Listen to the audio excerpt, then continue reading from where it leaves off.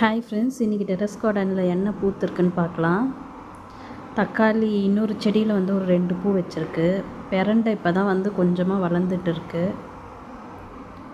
And வெண்டைக்காய் செடியில் ஒரு 2 வெண்டைக்காய் போல் இருக்குது. இந்த ஆரஞ்சு கலர் ரோஸ் ஒன்று பூத்துருக்கு.